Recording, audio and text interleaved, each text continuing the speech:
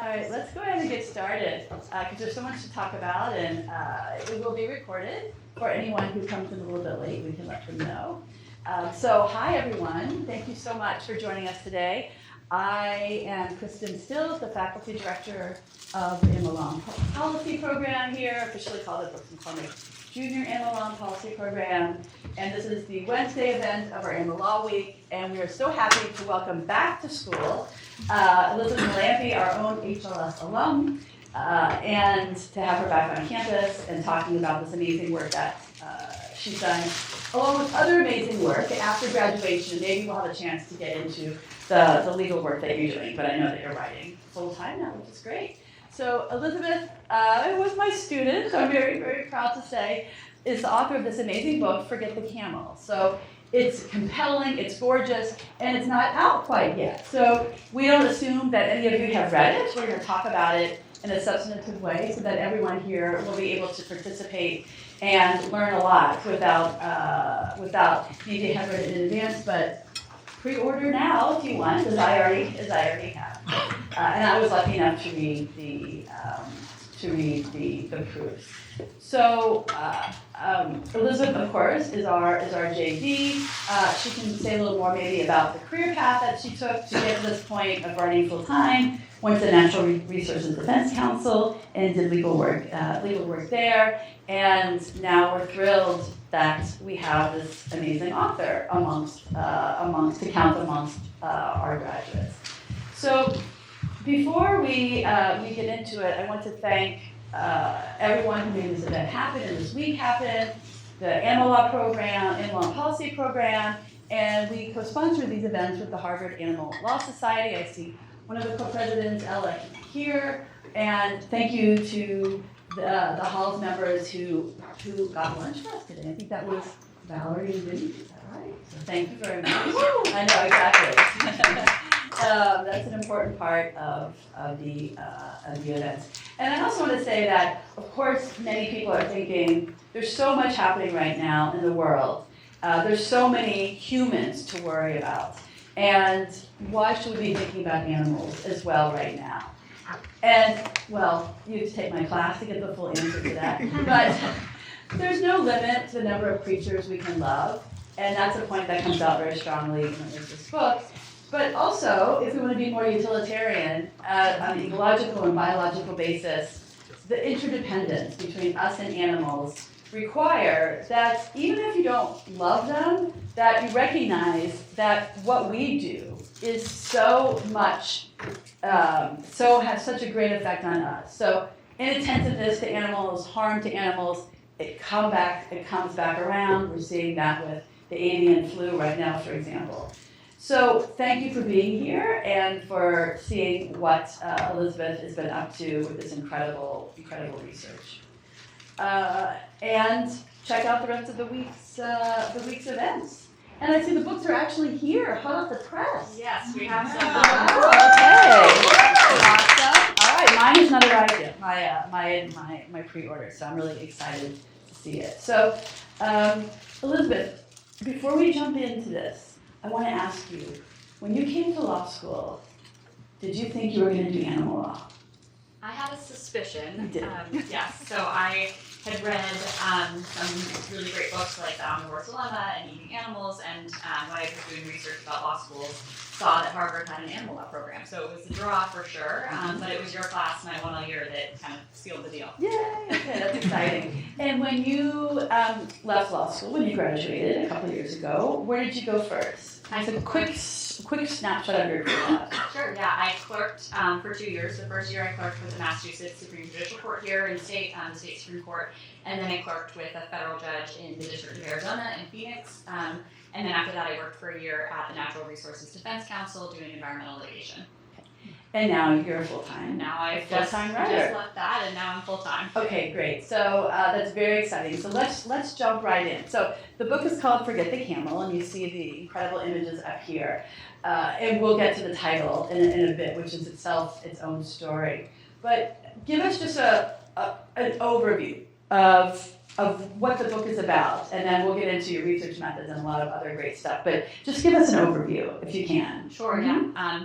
So the book is about animal festivals around the United States, and the sort of elevator pitch is that these animal festivals are microcosms of our relationships to animals more generally. So they offer a really great way to start to interrogate our assumptions, to like understand the patterns of how we treat animals, and think a little more critically about animals all across our country. And I have some slides I can roll through. If that's right. Great. Okay.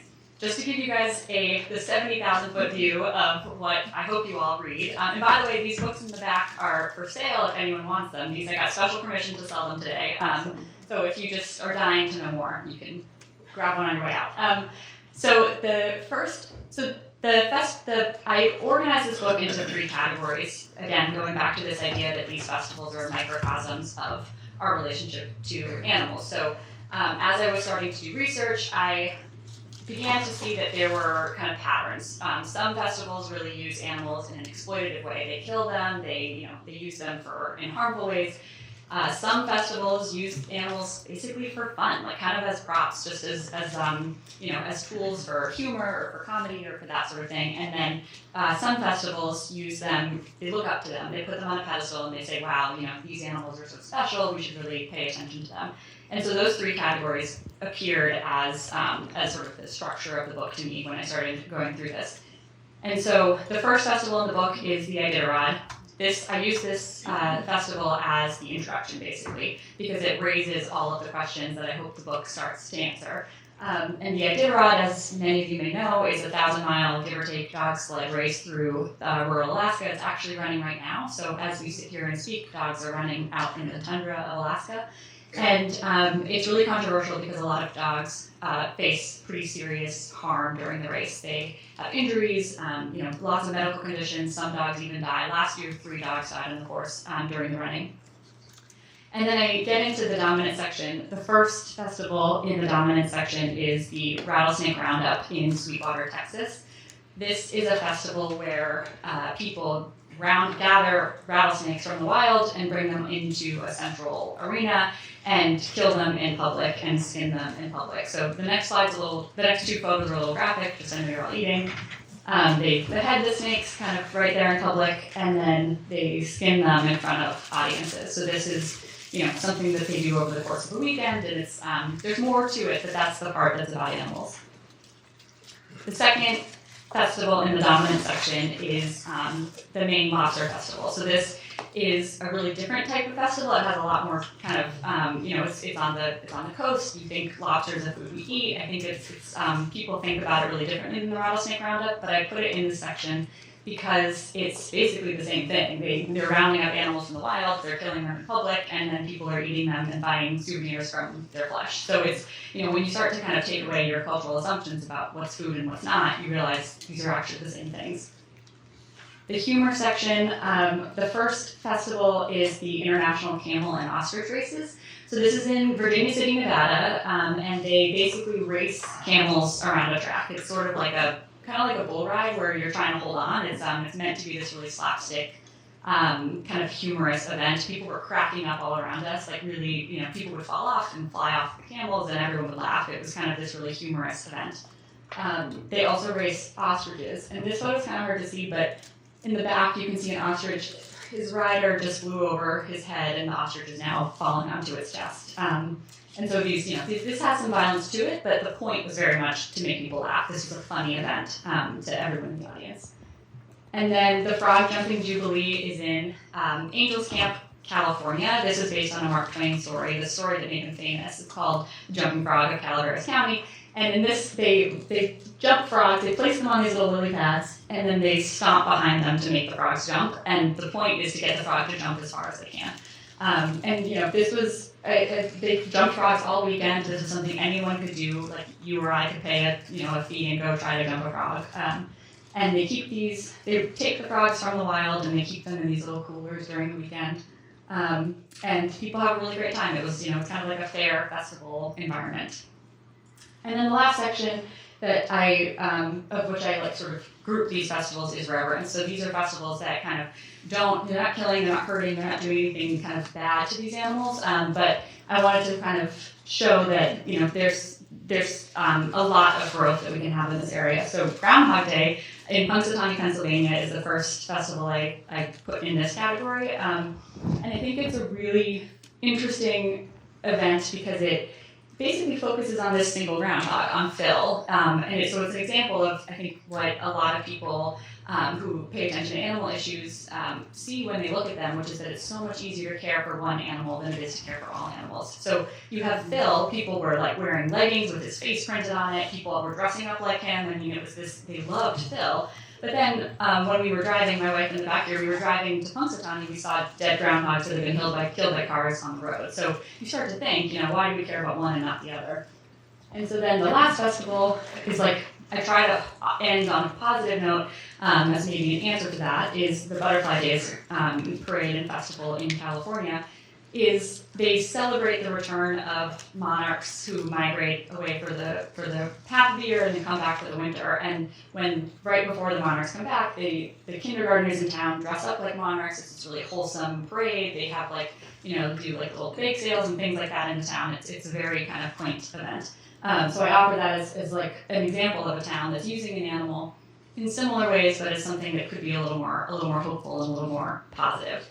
So that's like the book in a nutshell. That's great, thank you. And what I find so fascinating and so really genius about this book is that you start with these festivals, but they're all there for a reason, right? They all serve a very important point in the deeper lessons of the book, which you don't come out and like bang the drums with it, but it comes out, I think, by the end very, very strongly. But I have to ask you one more preliminary question, which is, why did you decide to study these festivals? If you don't mind sharing, I think it's a beautiful part of the beginning of the book. Of course. So I glossed over this slide earlier, but I'll go back. So when I was growing up, a little kid, my grandmother, she was alive, and she was an anthropologist, she was a veterinarian, she studied human-animal relationships, she was a real pioneer in this field, actually, back in her day. And as I was growing up, my grandparents would be going to these events. They'd be off, and you hear stories, you get a postcard from Punxsutawney or what have you. And it was just something that I grew up with. And then, my grandmother unfortunately passed away in 2003 before she was able to finish this book. So this was her work that she started, was to start pulling together these threads of animal festivals. And from what I understand and what I've gathered from her research is she would have put together a pretty academic kind of anthology of animal festivals, and they would have been international. So she was thinking about things like the wren hunting. They do a wren hunting day festival in the United Kingdom, so that she ended up writing a whole book on that. And so she was looking a little more broadly, but I found a bunch of her notes, and was actually in conversation with Kathy Meyer, the former clinic director here, when she mentioned something about the rattlesnake roundup, and it pinged in my brain that, I think I've heard of this before, and so I found what was left of my grandmother's notes and kind of used her work as a starting point for mine. Literally a chest of note cards, and in her handwriting, and contacts and names, and some of those people you actually were able to meet again, which is really an incredible origin story. But the focus on festivals, which we can give you shared credit for then, is so interesting because we don't stop and think, as you did here, why do we have animals in festivals? What's the point, right, of having some cultural event with a theme, with music, food, entertainment?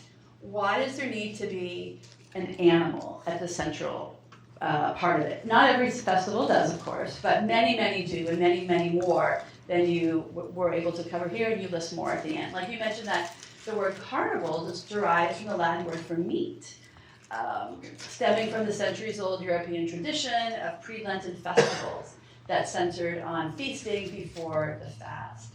And, we need to start thinking about that. Right? Why is it that animals are at the central of these? And one thing I love about this, and I'll ask you to identify a couple, is that these festivals may at their origins have had something to them, some real event that gets commemorated but then they take on a life of their own, and with all the human-animal interactions and human pain and suffering that comes with it. So do you want to say something about the Iditarod's origins? And that's no longer about what it was about anymore, for example. Sure, yeah, that's a great example.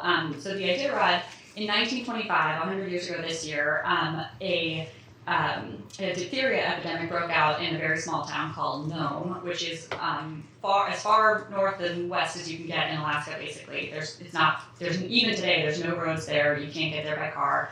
It's only reachable by boat or, at that time, by dog sled. Which at that time, dog sledding was used as a form of transportation, as a form of mail, freight, that sort of thing. And when this diphtheria epidemic broke out, it was in the middle of winter, so the harbor was impassable. And the town doctor realized that his antitoxin supply, which can cure diphtheria, was both expired and too small. So it wasn't going to be as effective, and they didn't have enough to save the population of this town. And so in a life-saving effort, they put together a relay of dog teams. So not just a single dog team, which I think is part of how the festival then takes on a life of its own, but a relay of dog teams that carried enough antitoxin to this tiny town of Nome to save this community, these children, from a preventable, horrible death. And the sled dogs that did that relay became national heroes. You may have seen or heard the movie Balto. There's a statue of Balto in Central Park. I mean, they were real heroes, and it's something that the whole country really followed in the news live as it happened in 1925. And so they were able to successfully get the serum there. They saved this town. And so today, the Iditarod is not actually connected to the serum run. It's connected to the historical trail that the serum run took place on, the Iditarod Trail. And today they run dogs in a single team. So the same dogs that start, near Anchorage are finishing 1,000 miles later in Nome. And it's become this really like a race of endurance and speed, because it takes about a week. But obviously they want to get there first. And so it's the event today is hearkening to that grit, that kind of determination, that survival against all odds that the serum run story has in its truth, in its history, and then it has become this kind of bigger mythology about the race itself. In which, as you said, dogs are not run in sequences, passing up the baton, but are expected to make it the whole way, and many don't for reasons that you identify. So, how does that happen? And then how does it happen that the community is so attached to this event that doesn't even have a historical reality to it? So much so that that they're not interested in outsiders coming and saying, this is actually cruel, this is actually harmful. The fact that your dogs are dying is an indication. Do you have a sense of how that evolves? Because the story you tell in a lot of these is how something hardens and it becomes very important to the town. And don't touch us, right? Don't let outsiders come in. You talk about some animal advocates sort of handing out flyers at the Iditarod, but the way I thought when I read it was, they're not going to make any difference. So. Yeah, I think that is such a human impulse to hold on to something that we always do and create tradition around it. I think we all do it in our own families, and I think that as it's often like a negative feedback loop where you do something and then because you did it last year, this year has more importance, and even more so the next year. So I'll give a different example than the Iditarod, but the camel and ostrich races, those are basically made up from whole cloth. Like this was just something, it was a mistake in a newspaper column in 55, 60 years ago that just sort of like ballooned. It took on a life of its own, and now we do this every year. It's been the 60-year tradition, but it just kind of, the point is the tradition. The point is not necessarily kind of specifically about the founding incident. And I think traditions are really valuable to communities. They're valuable to me. I think they're valuable to everyone. And I think one of the things that I wrestle with in this book is the good that some of these festivals, even if they're harming animals, which many of them do, there is real, tangible, actual good for the humans that are putting them on. And I think that balancing those things is part of the project of the book. And the good is maybe in places that are a little bit out of the way or don't get attention necessarily, but having something to come together, it brings tourists, it brings revenue. Are those the kinds of positives that you're thinking of? Exactly, yeah. Revenue is a big one. A lot of these towns make revenue, and civic services. So I think a good example of this is in the Rattlesnake Roundup. The JC's the organization that puts on the roundup, they take the money that they get from this event, which brings 40,000 people to this small town, and they use it for other civic purposes, like food drives at Thanksgiving, like Christmas gifts for kids who might not get them otherwise at Christmas. I mean, they're using the money for what I think many of us would say are good purposes. And so it's balancing that, and I think thinking through. So the good is definitely revenue. I think it's also good community building. People come out. The town I grew up in, or the town my parents live in now still, they have a strawberry festival, and so that brings everyone out. It's like you have something to do that weekend. That's a good, and so there's something sort of more intangible goods too, in addition to the dollar values. Yeah, and the Rattlesnake Festival also has its origin story in trying to purge the community of harmful rattlesnakes. And is that still the fundamental purpose of it? Or has it taken on something that's completely different? You tell the story of how there was an incentive, go get all the rattlesnakes in town because they're they're dangerous. Put them in a pit and we're gonna kill them. Is it still about purging rattlesnakes from the community? That's definitely a piece of it. And I think that is not, I saw and heard people say over and over again to kids and families who were there, we do this because if we didn't kill these snakes, if we didn't hunt these snakes, they would be on your front porch. They would be on the town. They'd be right here outside on the sidewalk. And they said that over and over again. And so it is that, they're relying on that fear of rattlesnakes to really justify what they're doing. And I think in addition to the actual harm of the snakes, they also talk a lot about education. They want to educate people about what snakes can do about the harm. So I think the framing's changed a little, but that core kind of fear is definitely, it's still being used as a tool to justify the harm. And then it becomes a spectacle. It's not about killing them in a pit at night. It's about this very, very big spectacle. And I want to pick up on one point you make in there, which runs throughout, is the role of children and families and inculcating children to this is the way we need to do this, whether it's the dogs or this very tangible killing of rattlesnakes. Even in your picture, you had some kids there, and the kids dipping their hands in the blood of the rattlesnakes. Whoa, what do we make of that? When you saw that, what kind of worry went through you when you saw these young kids being?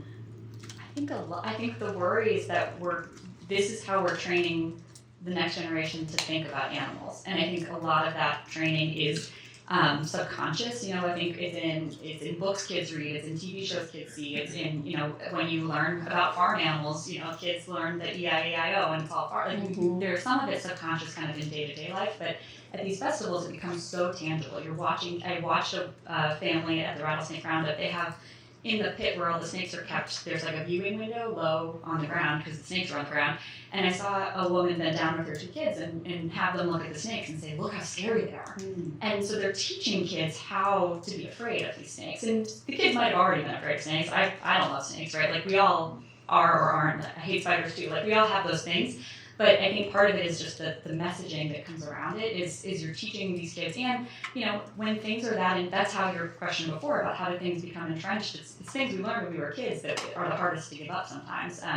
And so, in addition to teaching kids, I think it also serves as a reminder for adults. It's this sort of, every year we get these messages get reiterated again and again. And, it's not just snakes. I think about this a lot with the camel and ostrich races too, where you saw parents and families, not just, lots of adults laughing, and then the kids would watch their parents and see that they were laughing and then laugh. And so they're learning how to understand what's funny by watching their parents. Kids watch their parents, right? And so at these events when you see a lot of that happening. And so I worry that, that these events are making it harder to change how society thinks about animals because they're reiterating so many social assumptions and norms that we all, I think, in this room would love to break out of.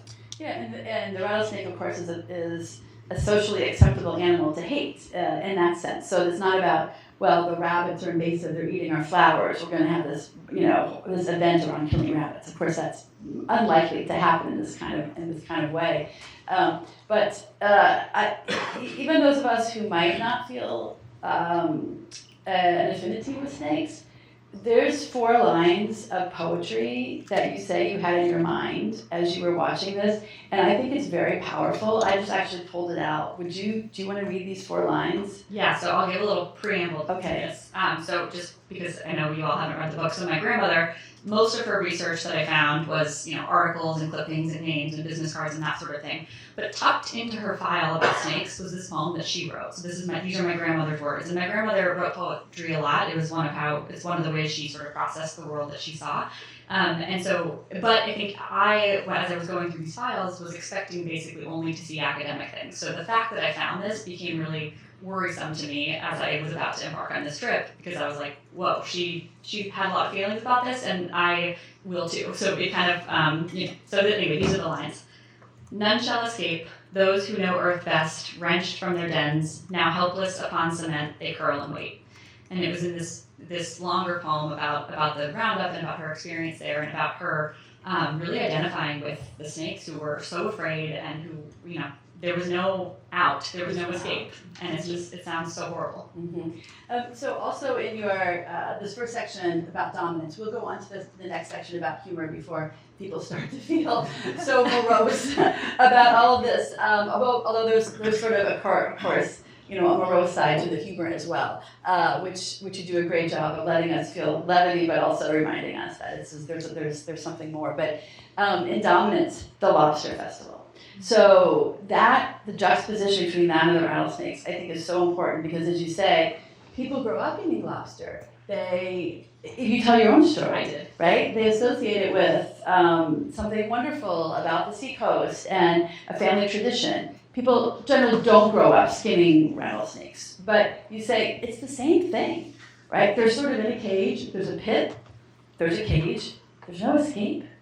And the entrenchment here now comes because the right whales, now there's encroachment, if you want to use that word, on the ability of lobster catchers, I forget what the right word is, because they're killing whales with their equipment. So do you want to say something about what it was like to watch the Lobster Fest, if we can call it that, in juxtaposition to the rattlesnake roundup, and what I tagged, which was unbelievable, the largest lobster cooker in the world. Right. So that's what's the juxtaposition between the rattlesnakes and the lobsters, and what's the atmosphere like there in terms of lobsters? Friend, foe, food? What are they? Food. Okay. The Maine Lobster Festival was actually, in some ways, it's an outlier in this book. It was not an event that my grandmother had studied, so this is one that I added. And in part because I wanted some geographic diversity, that felt really important to me, and in part because I thought having some ocean animals would be good. Ocean animals are often forgotten about as we kind of think about animal advocacy more broadly. But when I went to the Maine Lobster Festival, it was like a beautiful summer day. We were right by the water. Like, I'm from New England, so it felt very comfortable to me. It was people were in line getting their lobster dinners as a family. It was very kind of similar to the roundup, honestly, in that it was very like a big family fun weekend. Only this one, instead of being indoors, was outdoors. And to me, the scenery was much more familiar. And so as I was there, I was thinking, what am I going to write about this? Where will I put this? It's not humor, because this is food. It's not, it didn't really fit any of the other categories. But I realized as I sat at the lobster cooker and watched them, so they use pulleys and lift these massive crates of lobsters that are alive into these boiling vats of water, and drop them in, put a lid on it for 8 minutes or so, and then make sure they're done, and then they roll them over to the food tent. So I was standing there watching this happen over and over again, and I realized this is the same thing as rattlesnakes. Like, just because it feels different to me, and we are, like I said, we assume lobsters to be a food animal and snakes not to be generally. I think it's really easy to forget that these, they both involve hunting animals from the wild, bringing them into a place, killing them in public. The way you eat lobster is so visceral, and same with they would eat this the muscle of the fried snake, so it was a very visceral eating experience. And then there were souvenirs sold from all the leftover parts, snakeskin belts and wallets and hats, and you name it, you could buy a snakeskin thing. And lobster claws were everywhere. Everywhere you could see lobster claw ornaments, lobster claw T-shirts. I mean, just all over the place. So I started to realize these are the same. That's really interesting. And you note something that I'm always watching for, which is the suicide food. So you have a magnet with a lobster in a steaming pot saying, "Eat me," written on it.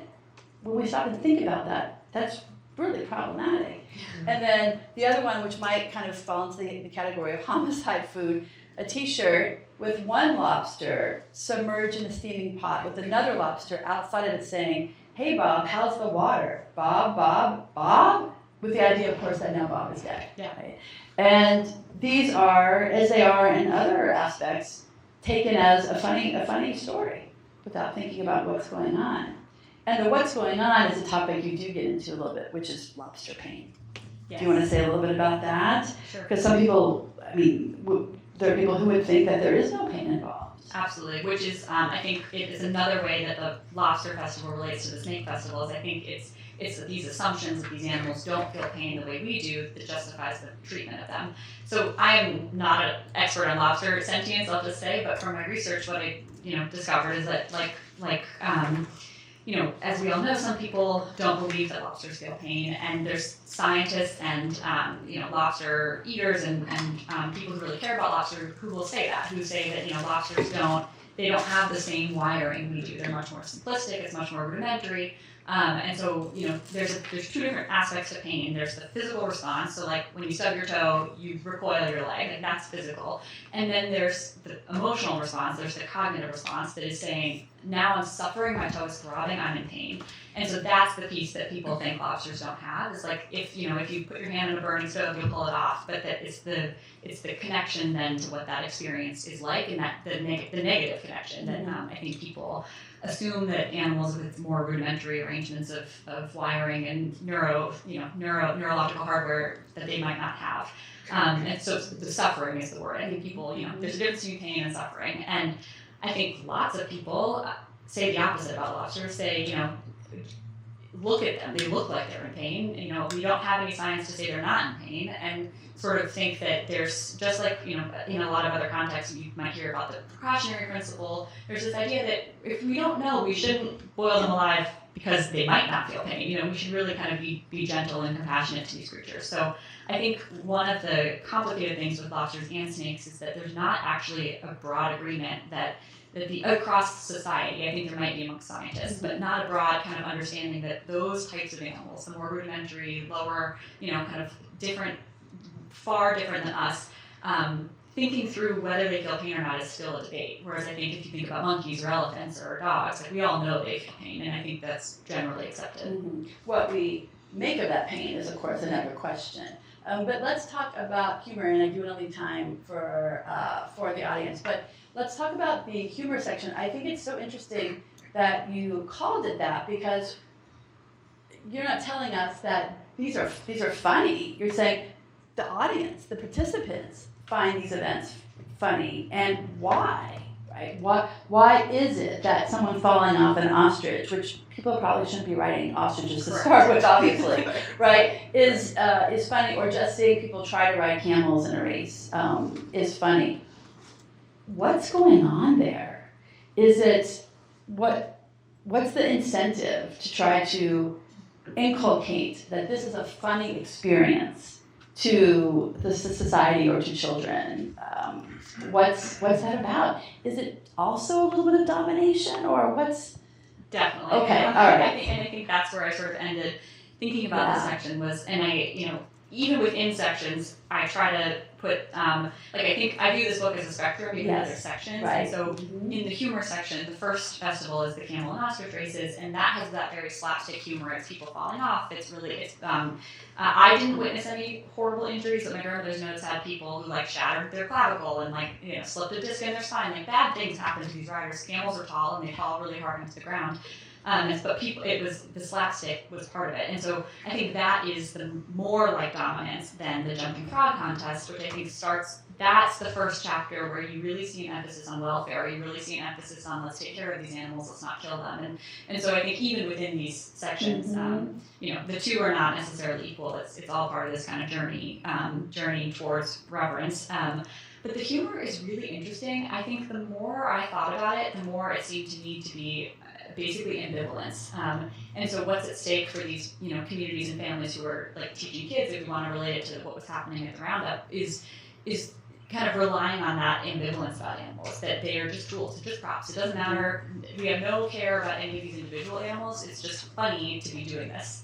Yes, and here's a good time for you to tell us where the title comes from, because it comes from these camel races. It does. Yes. Do you want to give us that? Sure. What you saw? Yeah. So the camel races were 2.5 hours long, and it was hot. It was the sun is beating down. It's the day's wearing on, and every heat was basically the same. They have starting guns, and these camels run around, and people fall off. And I was you're getting kind of tired of it. Once you see a couple falls, you've seen them all, right?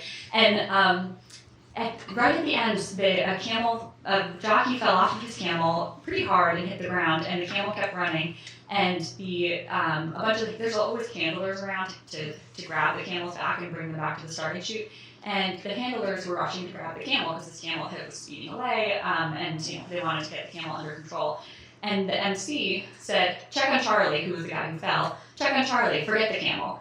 And it was just such a moment to me of, oh, that's what's happening in all these festivals. We're using the animals as a symbol, as a rallying cry, as a tool. But really, by centering them, we have to forget about them. You can't do both. You can't, in these events, in these sort of dominance and humor events, that by putting them at the center, by saying we are doing this because of the camels or the ostriches or the lobsters or the snakes, if you actually cared about them, you couldn't do it. And so it was such a clear example to me of how we kind of ignore animals even as we center them in what we're doing, at least on paper. Yes, I thought this was one of the most profound. There's so many profound statements, but in the book, but you say it may seem counterintuitive, but by foregrounding animals, festivals like the International Camel and Ostrich Races actually demand that we ignore them. In order to accomplish the general goal of the festival, whether killing the animals or deploying them for humor, the animal has to be central, here I'm going off script, at the same time, ultimately disposable. That is so profound. That is such a really important way of shedding light on what we're doing. The stars of the show actually can't matter, because if we admitted they matter, we couldn't have the show. And even more interesting is that these races had no endemic connection to this town, but they're brought in by essentially what you call a traveling circus. Mm-hmm. Do they show up in other towns and rent camels and ostriches for the day, do you think? They do, yeah, they do. This company will, if your town wanted to do this, you could have camel and ostrich races in your town. That's just unbelievably interesting, right? They have no connection to the town, and yet they become somehow important enough to draw in tourists.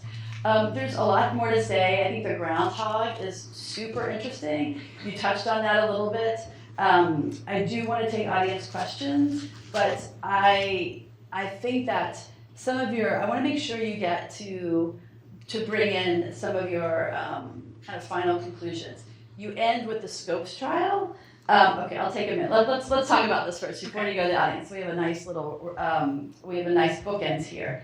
And at first I thought, why'd you do the Scopes trial? Because it's not like an animal festival, but it's such an important ending to your book. Do you want to say something about that? Do I? No, I just wrote that. I'll remind you what you wrote. But it's an amazing end. Even though, as you say, at some of the trials earlier on when they were reenacted, they did bring in monkeys. But not recently? Yeah, not anytime Yeah. recently. So the Scopes trial, in case anyone doesn't know, is also in 1925, 100 years ago this summer.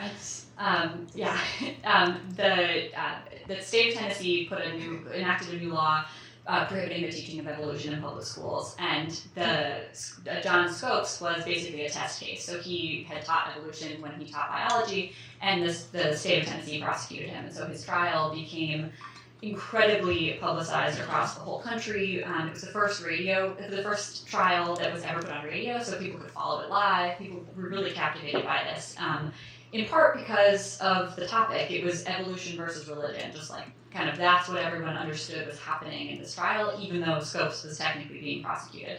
And so that's the history. That's like what happened 100 years ago.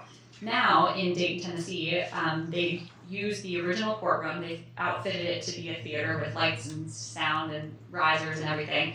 They put on the trial. They put on a play, I should say, that sort of highlights or takes the best highlights of the trial, the most exciting parts, and reenacts it for audiences every year, every summer, as the anniversary of the trial comes about. So this was in my grandmother's notes, and she had, it was like in her selection of animal festivals. So I had the same experience you did. I went to Dayton, and I was like, there's no animals here. This is like, how am I going to write about this in a book that's about animal festivals?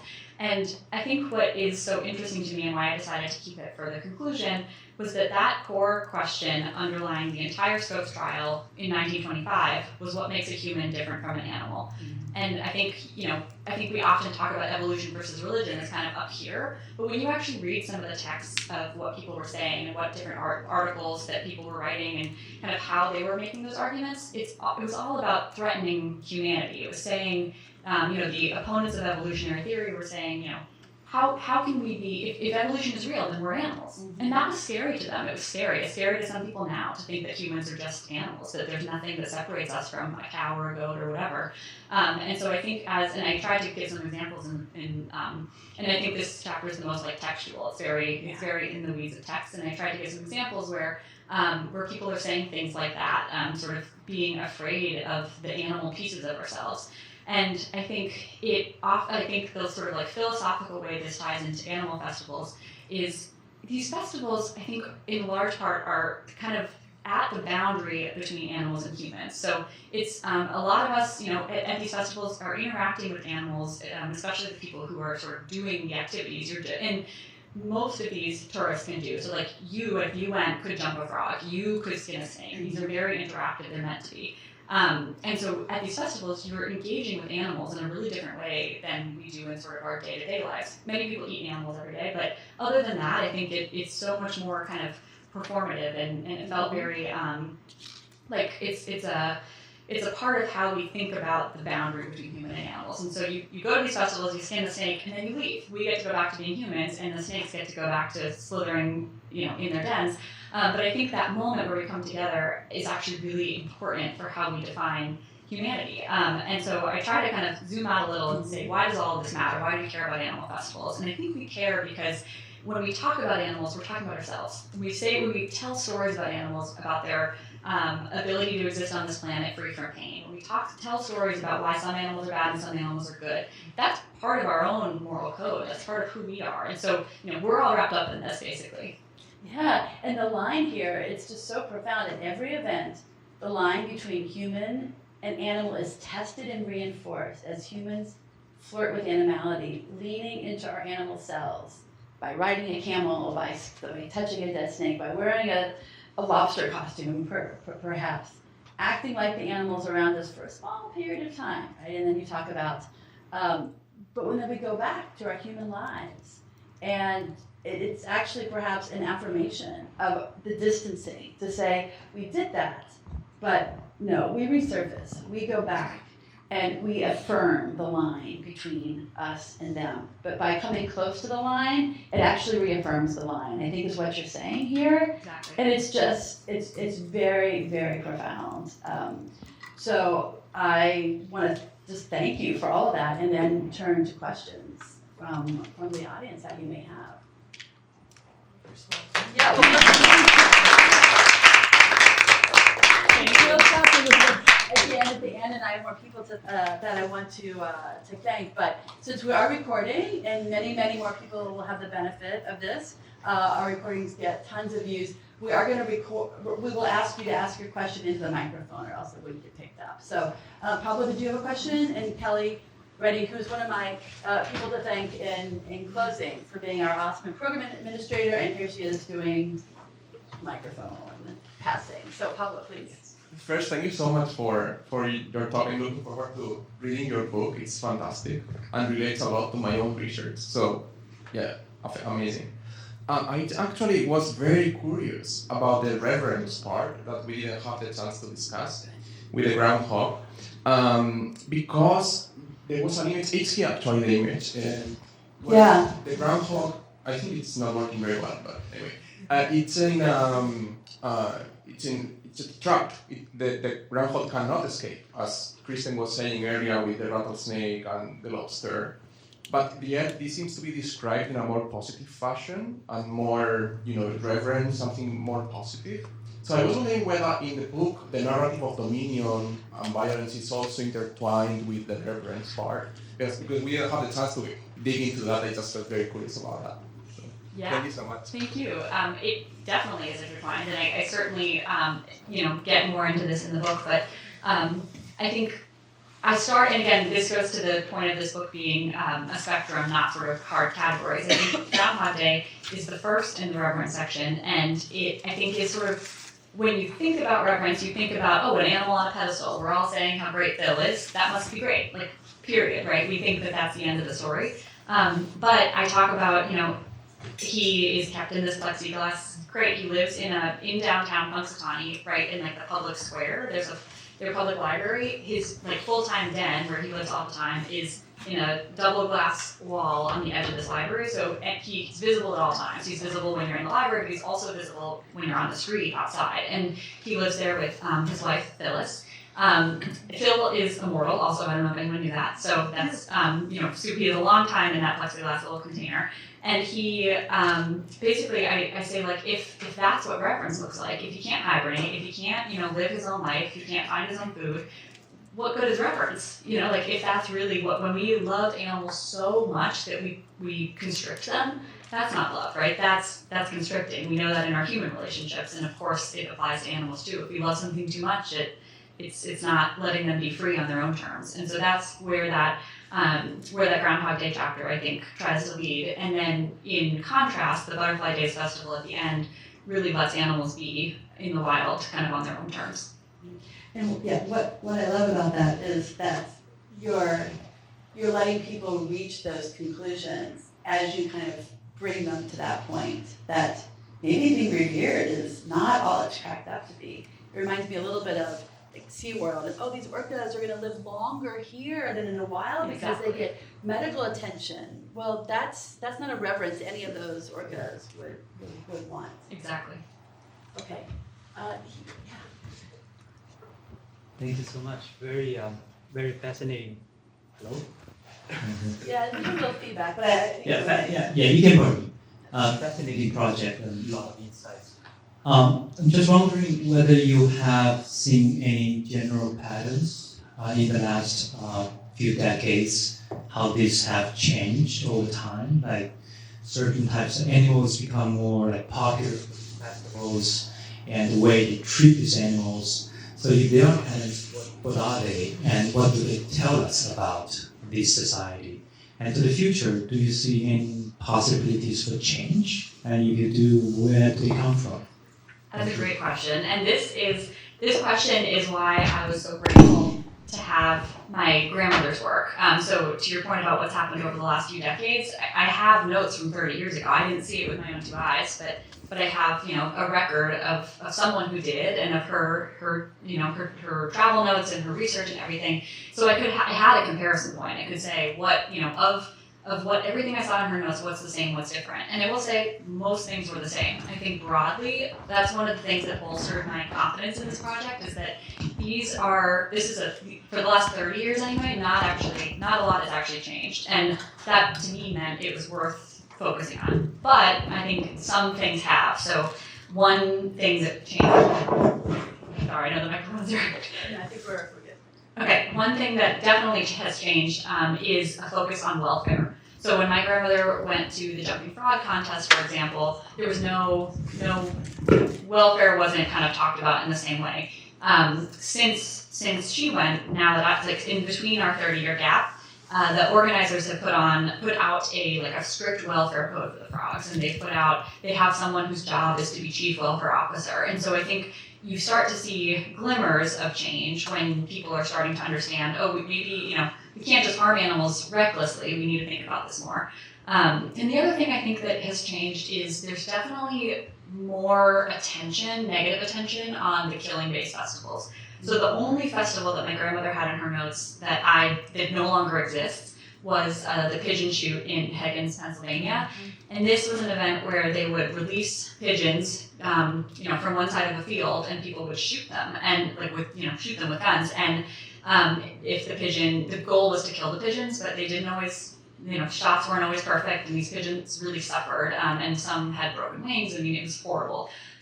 Someone I quote in the book described it's a hearsay, I didn't see it, but described hearing or seeing someone bite off the head of a pigeon. I mean, this was a really violent, visceral event in the same way that I would say rattlesnakes is.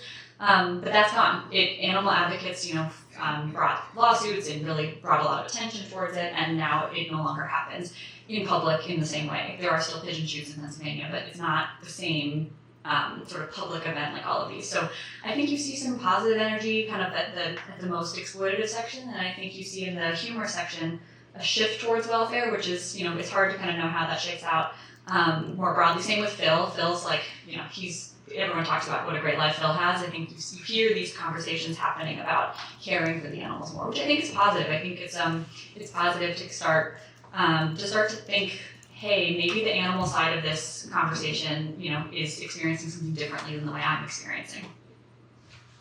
Great, yeah. We're gonna try this microphone, and we'll share this one in case we forget. Thank you so much. I'm also looking forward to read this. It's really, really interesting. I'm curious about in Spain, people talk about bread and circuses, which is like a critique to the government that they feel that they have to keep their people entertained.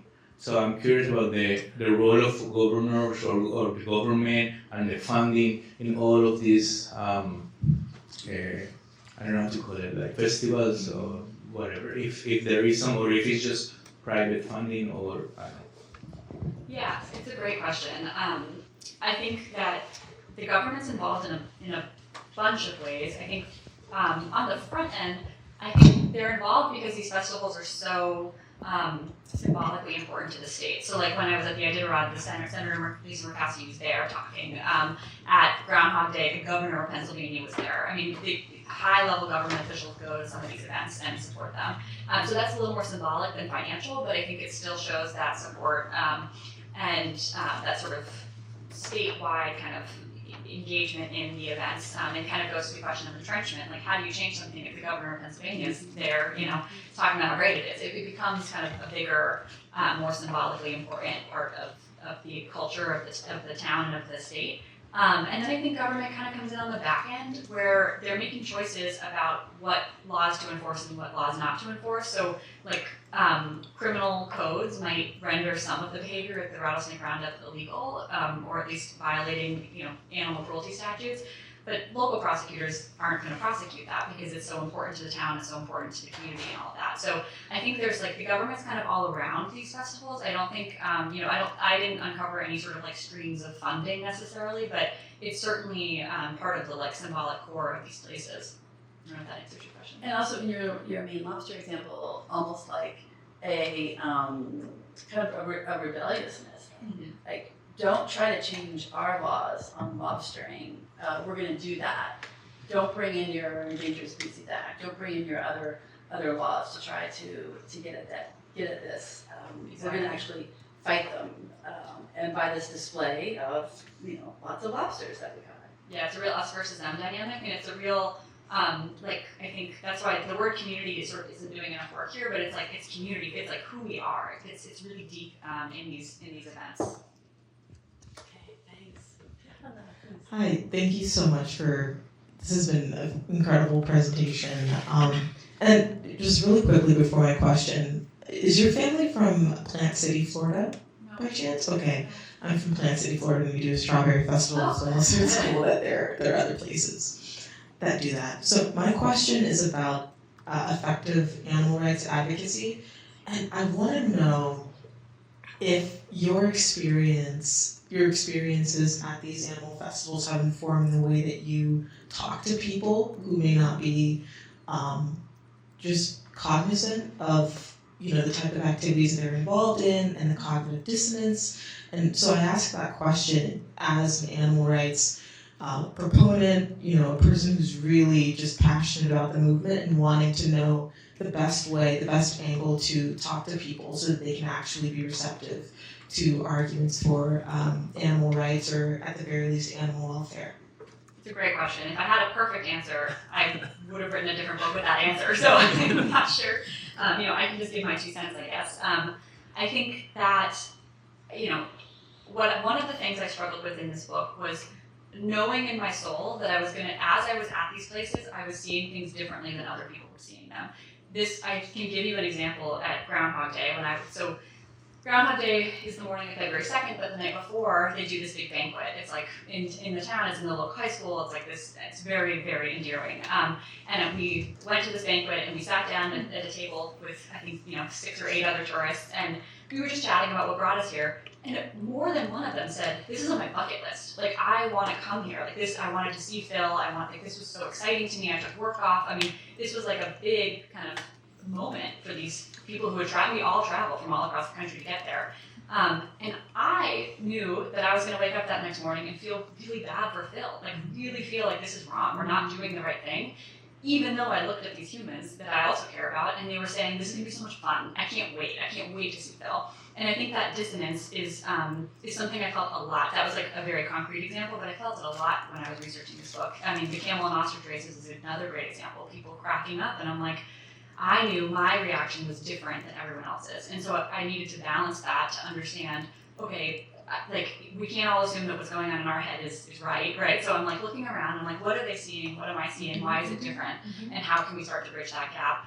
And I think that the answer that I try to offer in the book is not a perfect answer, but I think it is about, just being really I try to be really upfront in the book about, I think I'm a little bit of a bummer. Like, I go to these fun events and I'm like, ooh, this is tough, and that's not, no one wants to be a bummer. And so I try to face that head on and sort of acknowledge that this is different than what people are used to hearing. When I tell people I wrote a book about animal festivals and I say Punxsutawney Phil's in there, they're like, oh, cool. And I think that is an important reaction to capture, and then kind of gently showing why my reaction is different. I don't know if that's a good answer, but I think it's, kind of understanding the difference between how people are interacting with the same set of facts, and then trying to just have compassion for that point of view and understand the best of it without giving up your own kind of intuition and your own sense of justice and morality.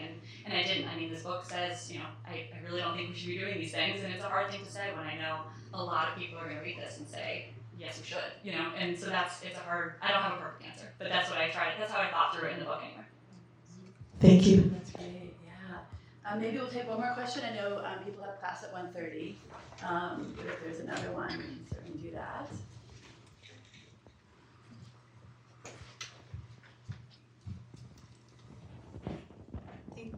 Thank you. That was a nice talk. I was wondering, so you said we shouldn't be doing these festivals, of course, aren't good for most of the animals, like even the reverence ones. So I was wondering if you thought there was a way to still have these festivals and include the animals in them, but while preserving like some of the traditions, but treating the animals in a respectful way, and also showing how to, like, the new generation of children how to respect animals, like if it was possible to integrate the two into a festival, in your opinion. Thank you. Yeah, it's a great question. I think the answer is yes. I think that these festivals can continue in a lot of different forms, more forms than I could possibly imagine as a single person. I totally see a future where we're interacting with animals, even in these symbolic festival type environments, in a way that's more beneficial than harmful. An example is the rattlesnake roundup in Sweetwater. Is still obviously a killing event, as I shared. But in Georgia, so rattlesnake roundups happen all across the South. And in Georgia, the rattlesnake roundups have recently all transitioned to be no-kill roundups, and so they still have the event. They bring in captured, rescued snakes from like a local snake rescue, and they do educational programs about snakes without killing them. And they still have the carnival, they still have the food, they still have everything else that accompanies it. They just don't kill the snakes. And so that's one example of like how we could transition this into a more beneficial event. I think some of them are harder, to be honest, and I've struggled with this a lot, kind of knowing you have to like understand what you're asking for, and if I ask for these events to end, you can't not kill lobsters in Maine. The Maine's economy is dependent on lobsters, and so that's a much harder one. Or the jumping frogs. How do you have a jumping frog contest without frogs? I mean, you can't throw stuffed animals around. It doesn't make sense. And so it's a hard question, but I think that if there's an appetite for change, if enough, and because these are festivals, they're all driven by visitors, by attendees, by consumer interests, and so there's some market power element. If people stop going, they'll stop doing this. If there's enough attention, the festivals will change. And a few times in the book, I point out kind of these are all made up. These are all just rituals that we do every year because we do them every year. And I think that is a good reason, but that means we could do anything. Next year we could decide to do anything. And so it will be really dependent on the communities, on the people to sort of decide how they want to move forward, and what parts they want to save and what parts they want to, they want to change. And I think that is, I'm not from any of these communities, so I don't know that I can say, but I do think that there's certainly countless opportunities for growth and change. And we have one final question, because it sounds like it's related to this last one, but if you just wait for the microphone, and then we'll. Thank you so much. How awesome was your grandmother? I'm just fascinated by the part of the story. I agree. I think it's a beautiful story for your family to share this. And related to what you were saying, I think that what really interests me is how things become traditions that humans kind of tie to our identity, where when they're put in question, it's like we can't imagine continuing being humans without these traditions. And so, for example, in Spain, it's with bullfighting. It's part of whole culture. Like it was declared what's the law called? The national culture, like whatever. And UNICEF has said that children shouldn't be going to bullfighting because it's violent and it causes problems. But so maybe a way to fight these festivals is creating, as you were saying, new traditions. But new traditions could be like, picking up garbage from the beaches, leaving water out for animals in extreme droughts that are being more and more common. Kind of maybe instead of giving out papers at the dog sledding thing that everybody's ignoring, maybe the opposite should be the way to create new traditions where human identity is more tied to compassion and solidarity, and just start in your community or your family and just try to change it. And I don't know, maybe something like that could be a way. Absolutely. And it's replacing, exactly. And what you just said reminded me of a line in the conclusion that I wrote, which basically, I forget exactly, but it's something like, if animality is a threat to us, if we don't want to be sort of considered animals, if we want being human to mean something more, let's let it mean something more. Let's lead with humanity. Let's lead with compassion. Let's really kind of be human, the best part of being human. And, we're gifted this ability to think rationally and to make choices and to have, decision-making power in our own hands. And what a gift. We can do anything with that. It doesn't have to be, these kind of more, these harmful things that we've always done. It can be something new and something different. And I think holding on to the past is such a double-edged sword that we all hold on to the past. That's why I finished my grandmother's book. I'm holding on to my past, right? We all do it, but it's so important, I think, to think about how we relate to the past, right? It doesn't have to be sort of shackled to it in a way that's problematic. It can be, this is where we started, here's where we're going, and I think recognizing that trajectory is totally a reason for hope. So yeah, I agree. I want to thank a few people and then thank you. So I want to thank Kelly Reddy, our program administrator, who has just, I think, gone back to the program. I want to thank our research fellow, Bonnie Nadsam, who helped Elizabeth and I think through how to talk about a book that people haven't read, and she's actually watching us on Zoom because she was so excited to do it. And I want to thank Ann Linder, who's also on our team, for making beautiful posters. But most importantly, of course, thank you, and thank you for writing this book that we've had such a great time talking about.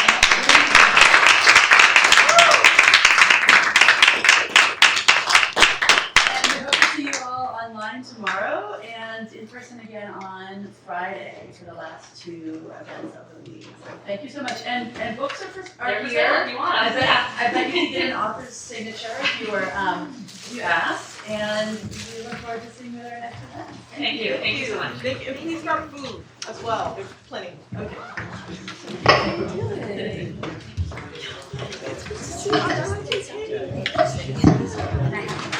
Yes.